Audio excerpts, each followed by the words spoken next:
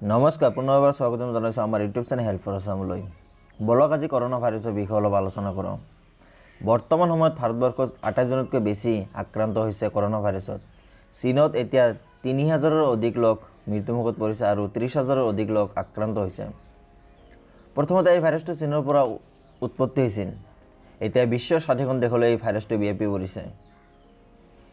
এই ভাইৰাছ যদিও বিভিন্ন মিডিয়াত দেখা পাই আছে যে অসমত ইমান আক্ৰান্ত হৈছে বুলি, কিন্তু কনফাৰ্ম হোৱা নাই যে কৰোনা ভাইৰাছে ইফেক্ট কৰিছে বুলি।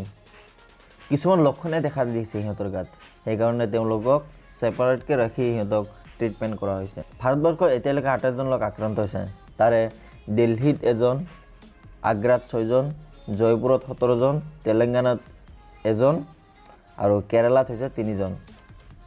আৰু তাৰ লগতে ইটালীৰ পৰা অহা 16জন লোকৰ দেশত পোৱা গৈছে এই কৰোনা ভাইৰাছ। এতিয়া হয় ইয়াৰ ভাইৰাছৰ পৰা কেনেকৈ ৰক্ষা পাব পাৰি।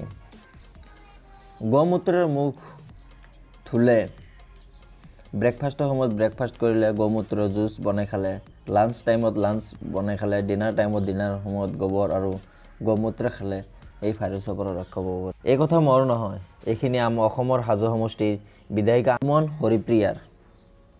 যি দেশত প্ৰধানমন্ত্ৰীয়ে হোলী ফেষ্টিভেল অংশগ্ৰহণ নকৰে কৰোনা ভাইৰাছৰ কাৰণে, কাৰণ ইয়াৰ হোলীৰ অধিকাংশ সামগ্ৰী চীন দেশৰ পৰা অহা, তো সেইকাৰণে দেশৰ প্ৰধানমন্ত্ৰী হোলীত অংশগ্ৰহণ নকৰে বুলি কৈছে।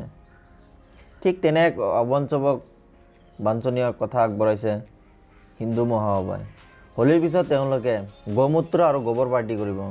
আমি সদায় বেলেগ ধৰণৰ পাৰ্টি কৰোঁ, টি পাৰ্টি হয়তো বেলেগ ধৰণৰ পাৰ্টি থাকে, তো তেওঁলোকে এবাৰ কৰিব গোমূত্ৰ পাৰ্টি, আৰু তাৰ লগত থাকিব গোবৰৰ আইচক্ৰীম, গোবৰৰ কেক। যাৰ খাব ইচ্ছা আছে যোগ দিলে হ'ল।